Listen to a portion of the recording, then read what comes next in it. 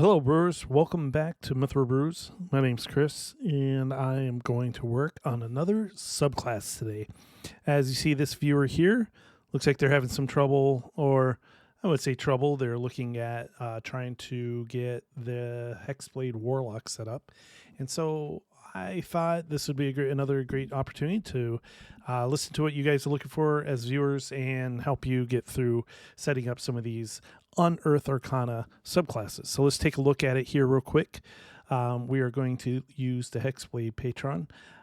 This has basically six features that we need to set up, and they're not too difficult, but I do see where if you're trying to automate some of these things like a cursed shield or the harrowing hex or the inescapable hex, they can kind of, bog you down. But there are just a few things that you got to accept that unless you're going to use modules, which there are modules that you can use that will automate some of these things. If you want to go in that direction, then you're going to build them a little bit differently. But if you are not going to use modules, I don't use a whole lot of modules, especially automation modules.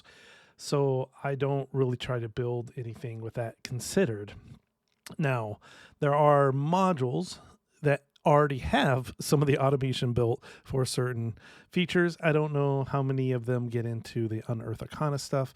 Again, this is playtest. So we got 6 features that we need to set up and then the subclass. So let's close this and go to the features. Now, what I did differently this time is I did set up a warlock. I have Kaylin here set up as a 2nd level warlock. Kaylin is a tiefling, infernal tiefling with the sage background. So because of that, at 2nd level, these are the spells. If we go to spells, these are the spells that Kaylin has. I do believe the sage background comes with the magic initiate feat, so that gives her the magic missile and the two of the cantrips, and then her species comes with another cantrip, and then this mage armor spell comes from the pact, one of her pact features. So I won't get into Armor of Shadows is a invocation. So I won't get into exactly all the warlock stuff. I'm just going to get into the warlock subclass. The first thing I always recommend is having a clean environment, like a brewing world where no players are, and then you can have these content folders set up so that you can transport it between your brewing environment and your main play environment. So I set mine up in a compendium that's shared amongst my worlds here called Players Options, and that compendium is part of a personal module that I've made. And then the warlock, I have set up the Hexblade with all the features, and then the warlock Hexblade subclass. So let's do this a little bit different than I did with my previous module where I went over the necromancer.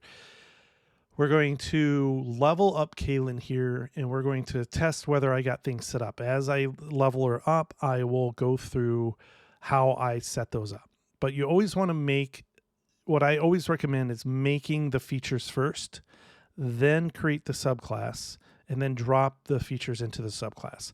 Once you put them into the subclass, you can do the exact same thing I'm doing, level up the test character and test everything's in applying correctly as part of the advancement, and then test the features, however you want to do that. Just remember, anything you change on the test character, you will need to change in the compendium folder.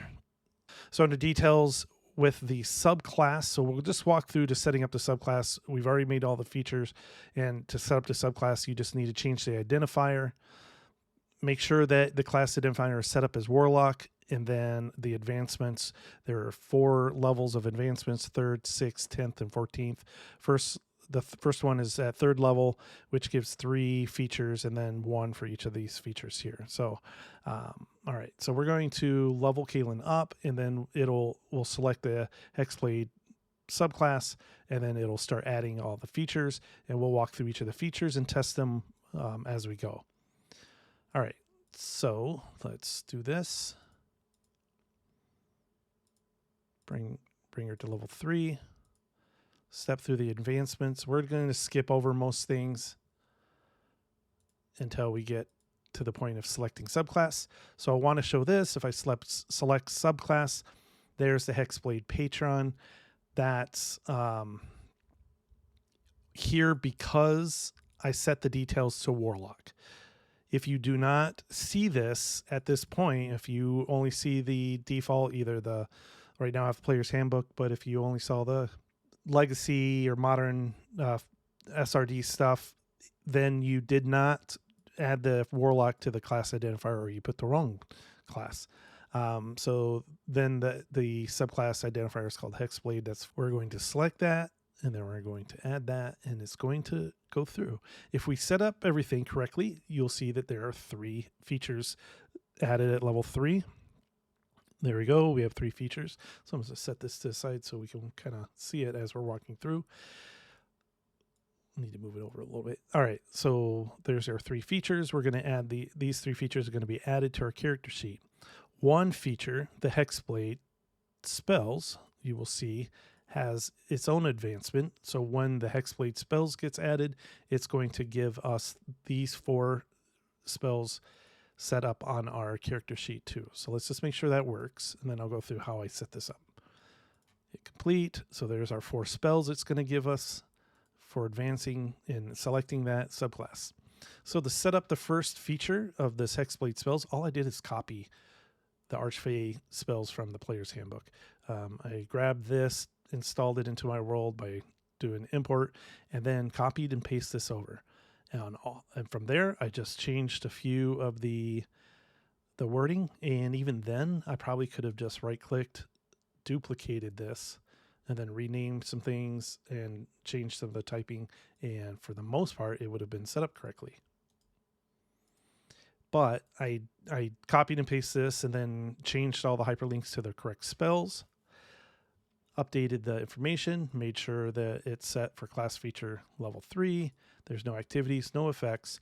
The advancements here, I did add those spells to the advancements. To do that, you just click the little plus button here, grant items, select the spells by dragging and dropping them onto the select on the items, optional items here. And then the only thing you really want to do different is first, well, make sure you put the level 3, and that's what sets up the advancement. But choose spellcasting method. For a warlock, it's going to be pack magic, and for these features, they're always prepared.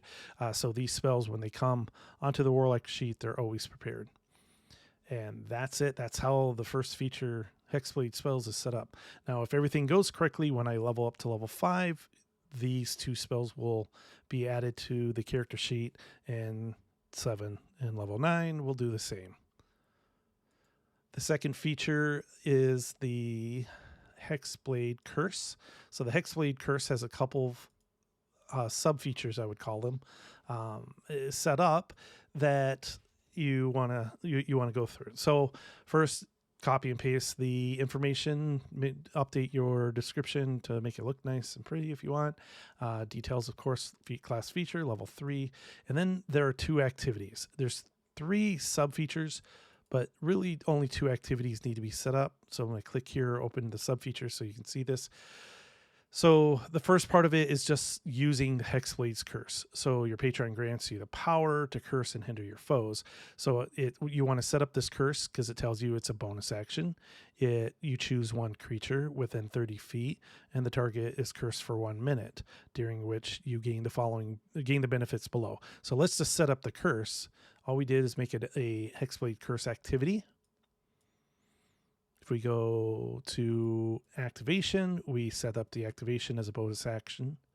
Consumption, we said use this item's 1 use. And if you read here, it says, as you look further down, the curse ends early if you use this feature again, if you dismiss it. So, you can use this feature a number of times equal to your charisma modifier, minimum of once. So it's using this feature, Hexblade's Curse, once, and each time you use it, each time you use this Hexblade's Curse, you have to use one of these uses. So if I go to the details here, I did have to add this formula to tell it to give me the number of uses equal to the charisma modifier, or minimal 1. To do that, you have to say, well, the max uses are 1, comma, or, which means or the abilities.ch.mod. So it looks for the charisma modifier. So if the charisma modifier is greater than 1, it will be the charisma modifier. If it's not, it's going to be the number 1. And then it replenishes on a long rest. Under activities, then again, we're talking about that. So it consumes 1 use, because that's what it says it does here. And then targeting is going to target 30 feet, 1 creature. And the effect then is this Hexblade's Curse. How should I say? This is, I mark the creature that they have been cursed. So if I click on that, what I did is just retype some of the same information here, the basic information. I set the status condition as marked. It doesn't show up as anything. This just allows it to show up. Marked doesn't have any system meaning to it. So that's a nice one to use for like Hunter's Mark or Hexblade's Curse, things like this that mark the creatures having that status effect. The duration I set for 60 seconds, and then there's nothing to change. It doesn't actually apply anything. If you read through this, it doesn't do anything to the creature by having the curse on it as is. It's really about when it has this curse on it, then these other features kick in when you need to use them. And as you level up, there's other features that are applied or part of what happens to the creature as you as things happen to the creature. You can choose other reactions or other effects that happen because they have that curse. All right, we'll get into that, but let's test the Hexblade's Curse, that the actual applying of that works. So we would click here that we're using this Hexblade's Curse. We're going to make one of the uses. It's going to consume one of the uses, so you'll see it goes down right there. And then we have the zombie targeted and selected.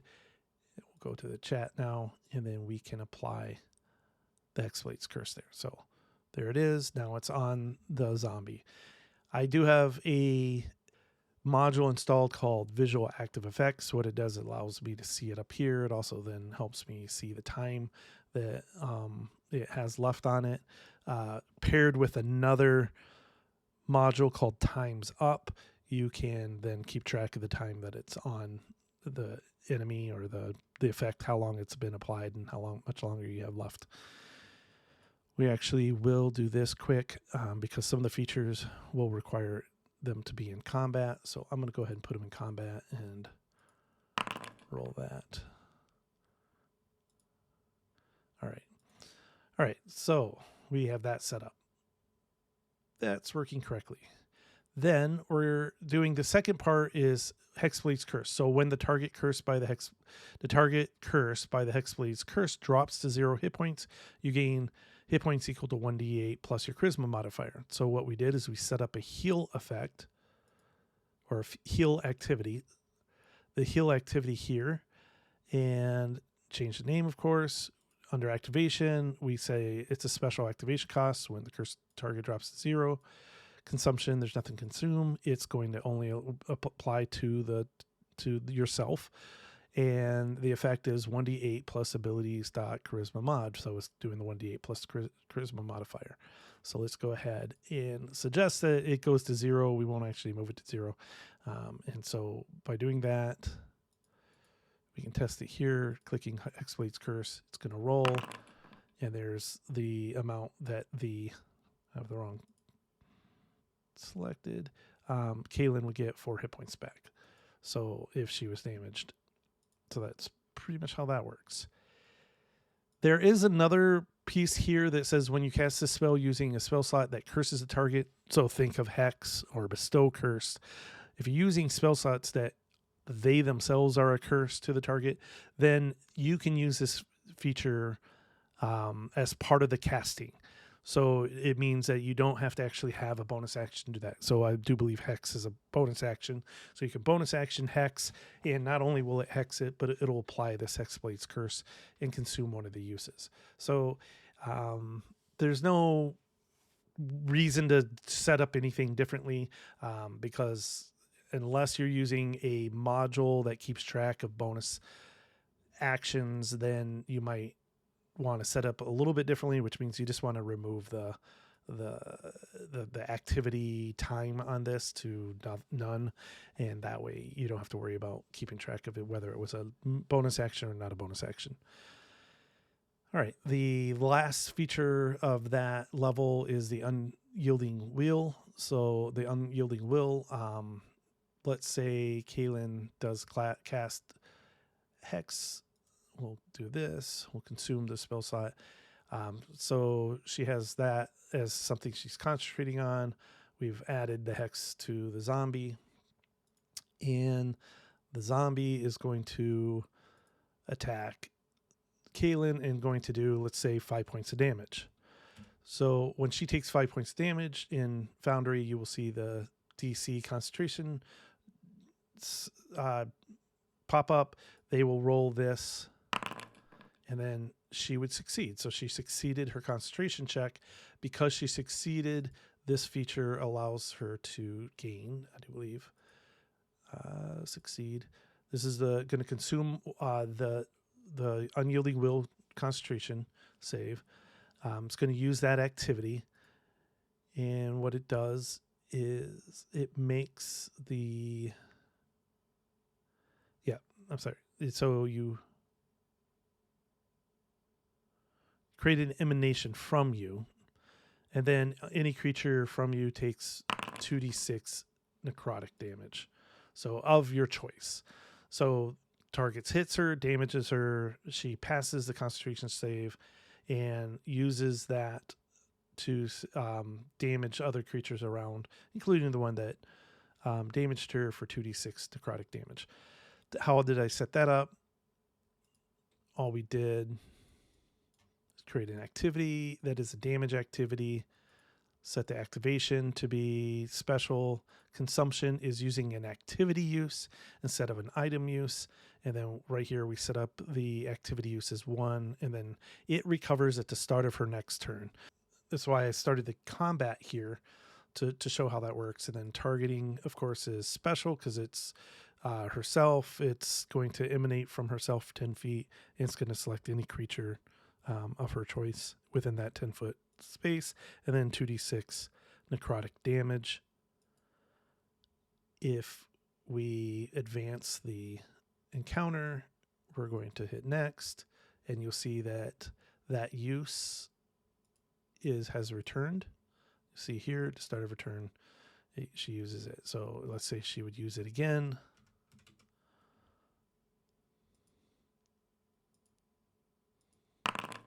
She fails this time. She would choose the failed concentration check, and the failed concentration check allows her to maintain concentration, so she automatically succeeds. And the number, and then she gains temporary hit points equal to 1d10 plus her warlock level. So to set that up, we did a heal activity. We put in the chat, Flavor chooses to succeed the failed save. Special timing. Consumption, there is its own activity. Now this time you can only do it once every long rest. So we chose activity use 1, and then recovery period long rest. Target then again is herself, and the effect is 1d10, and then the bonus is at classes.warlock.levels, temporary hit points. So if we roll that, usability, it's going to consume it. Hit roll. There's the 1d10 temporary hit points. Of course, she should be selected, and then apply it. So now she has 9 temporary hit points. So level 3, everything works as expected. Let's go up to level 5 because we know she gets some spells at level 5. So let's make sure that works correctly. I'm just going to take the bonus to charisma. Level 4, then level 5. We're not going to worry about invocations. And there's the Hexblade spells. So Bestow Curse, Conjure Barrage. That's complete. Let's just go look at the spell list. We should see as long as we're not in edit mode, we should see that they're already prepared.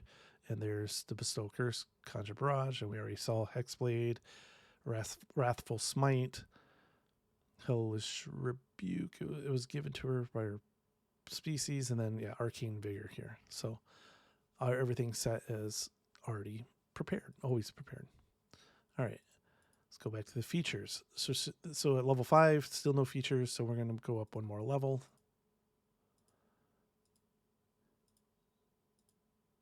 And Malign Brutality is the level 6. So Malign Brutality, we already clicked it, has a couple features that you have to pretty much imply that they're active or that they're part of the setup. So one being Harrowing Hex. After you cast a level 1+ spell that has a casting time of an action, you can make one attack with your weapon as a bonus action. There's nothing to really state that you've cast a level 1 spell. You do that, and then you go make the attack with your bonus action. So there's nothing to automate about this.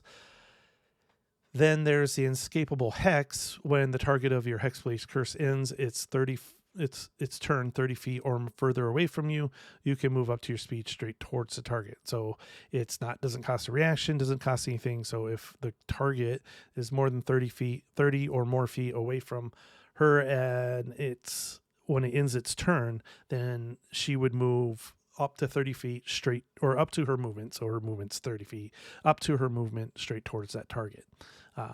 So that's as long as they have the Hexblade's curse. So it's really nice for the Hexblade to, I guess, close in on a target pretty quickly if they're further away. The only feature that really needs to be set up is Hindering Curse. So we have details, of course, class feature, level 6. We set up a use activity called Hindering Curse. And the Hindering Curse is when you hit a target cursed by your Hexblade's curse with an attack roll, the target gets disadvantage on its next saving throws it makes before the start of your next turn. So we had to set up a use activity. Basically, it's a special time. There's no consumption. The target is special, but it's one creature. So, of course, it's the one that you attack.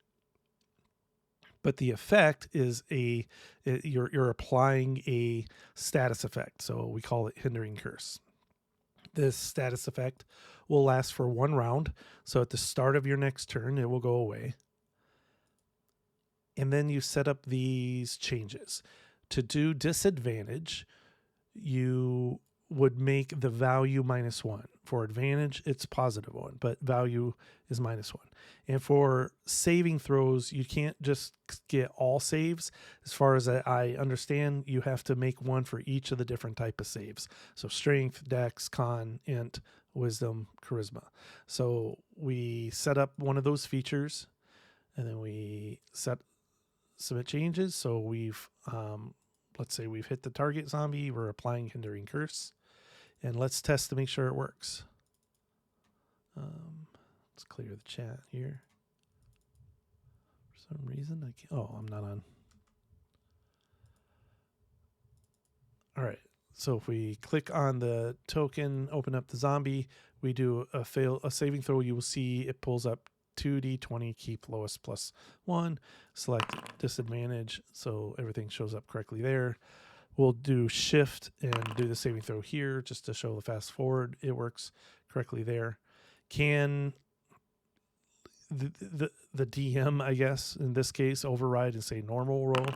Yes, they could do that, but we all know that it's cursed and shouldn't be a normal roll. If you were setting this up, I guess, on an NPC, the player could do that too, but of course, everything's right here in the chat. Everything should show up as disadvantage. So let's go back to the con save. So you will see all of them were rolled at disadvantage. So level 6 feature is set up correctly. Next, we have level 7, which will add more spells. Let's go through that quickly. Again, skip. Boom, boom. There's your 2 new spells, Freedom of Movement, Staggering Smite, So that's set up correctly. Then level 9 will be the last of the added spells.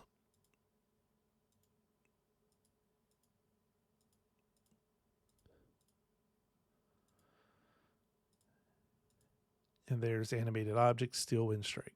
So level 3 feature Hexblade spells is all set up correctly. Now we're going to go to level 10.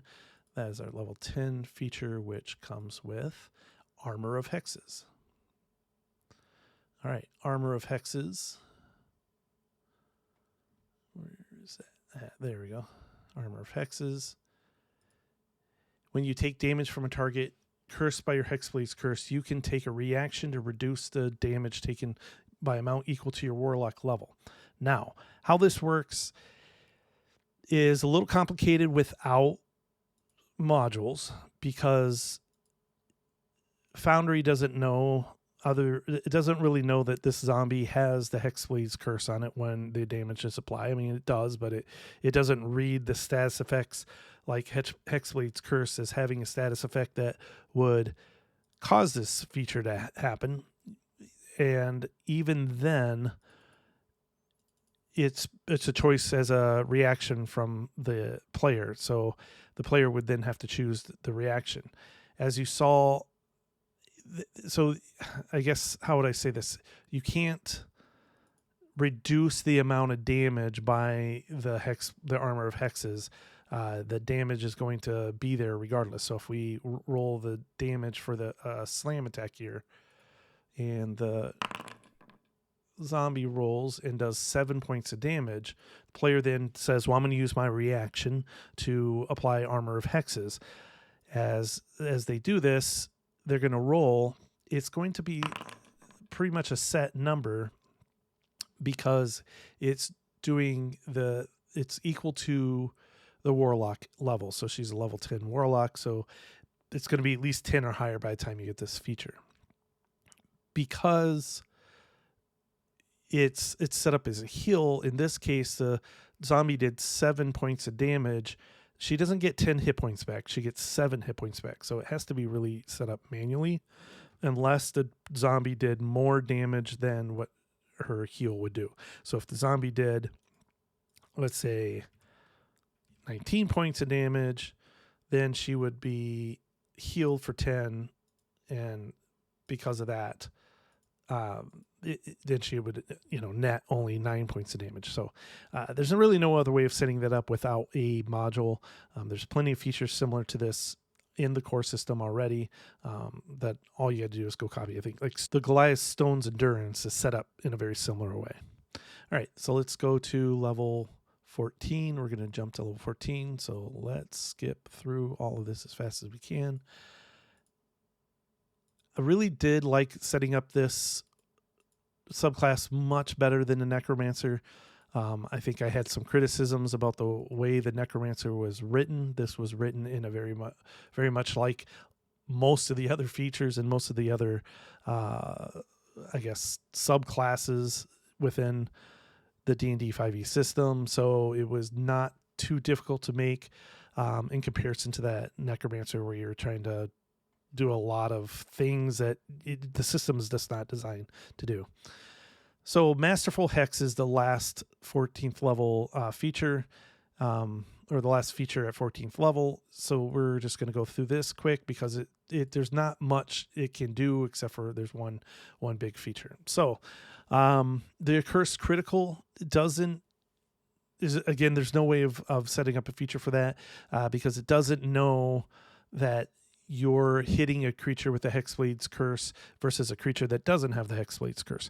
And then it's for your attack rolls, and any attack roll 19 or 20 is considered a crit. So if the Warlock were to cast, let's say, Firebolt, it doesn't know that Firebolt attacking at something that's non-cursed it should be a crit on 19 and 20 versus the zombie. You can set things up so that attack rolls are always crit on 19 or 20. That could be done, but that wouldn't apply in this case because it's really the only creatures that have the Hexblade's curse. So that's just going to have to be remembered by the player and the DM that that creature, so this zombie, has the Hexblade's curse on it. When I roll to attack it, it's going to be a crit on a 19 or 20. All right. That's the first part. We're going to jump down to the next, the bottom one. It's a little less complicated. So the Hex Restoration. You regain 1 expended use of Hexblade's Curse when you finish a short rest, or you use Magical Cunning feature. So Magical Cunning is a Warlock feature to gain a pact slot back. If they use that feature, then they are just going to use this feature. And what I did is I set up a heal activity, and in that heal activity I said, instead of healing the character, so and I probably could, I don't know why I chose heal activity. I think I was using another similar feature on another character, and it was set up as another class, and it was set up as a heal activity, and so I just copied that. There's nothing to heal. I probably could have just set up as a use activity, and that would have been fine. But the heal activity, I said, end of a short rest is when it happens, or obviously you could do it, and I might even would put that in here, or use of Magical Cunning. And of course I'm changing it here when I should be changing it over there. The consumption is what we'll come back to real quick. So self target is self. The setup here is a little bit different, and so you're seeing it in while it's on the character, and so it should set up right because it's saying item uses replenish Hexblade's Curse, and you put -1 amount because you're adding you're subtracting the use essentially. If I show you how it's set up in the compendium, you'll see that the consumption is actually this UUID.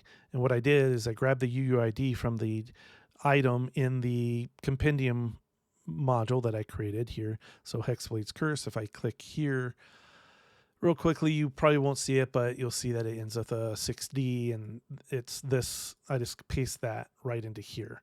When it shows up on the character though, you'll see that it brings over the actual name from the character. So it's essentially looking for that feature on the character and then saying that's what we're going to replenish. So if we click on that to show that it works, we're going to use ability.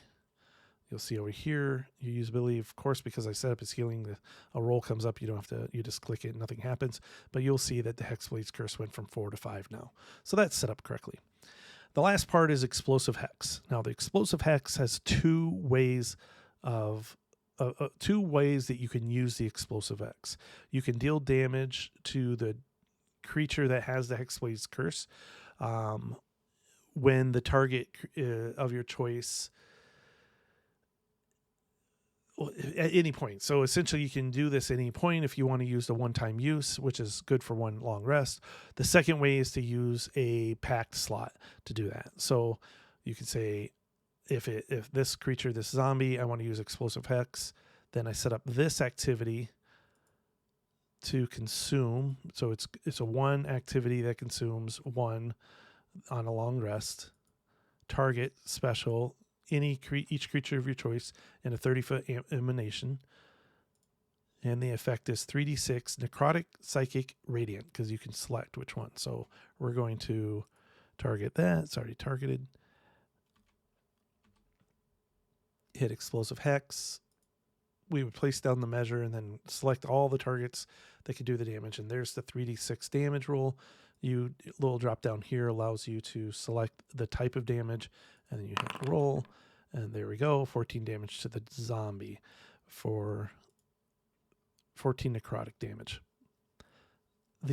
That uses that use, but if you want to use a pack slot, all I did was duplicate this feature, go back into here, make some name changes, then remove the consumption to be an attribute and to be a pack slot. So let me actually open it up in this setting here. Activation, consumption. You will see it's spells.pack.slot because that's what I'm consuming is that pack slot. And when I use that, it's saying decrease my spells.pack.value by 1. It currently only has 1 slot. So let's look at spell slots. She currently has 1. Let me just go back here. Remove all 3 of them. If I choose it now, it should say she currently has 3. Usability does the same thing. And then there's damage, so we can do psychic this time, roll, and then did 13 points of psychic damage. So that's it. That's the 14th level feature. They all work correctly. I went through how I set all those up. I tested to make sure everything is set up correctly. The Hexblade Patron set up. Again, no automations. If you're looking for that, I apologize. I don't really set most of my stuff up considering automations, but this is effectively run the way it should be within the core system. My players mostly play pen and paper, and moving to digital format like this, less animation or automation and animation to some degree, works fine for my group. If it looks like something your group would want more of, there might be some creators that might make videos, or you can look up some of the different modules that might have things set up, but I don't know if they would go through the Unearthed Arcana stuff because it's temporary, right? That's it for today's video. If you liked what I did here, give me a subscribe, thumbs up. I did have another request, I do believe, for a gunslinger, the Matt Mercer's gunslinger. I have to check to see if I have access to that. I don't subscribe to D&D Beyond anymore now that I do everything in Foundry. So I don't know if you lose access to things like that or not. I do have a lot of the books, but I don't remember where Gunslinger came from. So I will try to see if I can build a Gunslinger. I have seen over the years, because that's a pretty old one. I've been using Foundry probably longer than, or not as long as that's been around. So over the years, looking through the Discord chat, I'm pretty sure someone's built the Gunslinger, and so I can kind of go through that and try to build it on myself and help you guys out and set up the Gunslinger. I don't even know if they have multiple subclasses. I don't know much about it. Never tried it before. So maybe I'll try that video. If not, I'll have some other videos coming out next week, and hopefully a little bit more on time than this video. Until then, may all your brews be tasty. Thank you.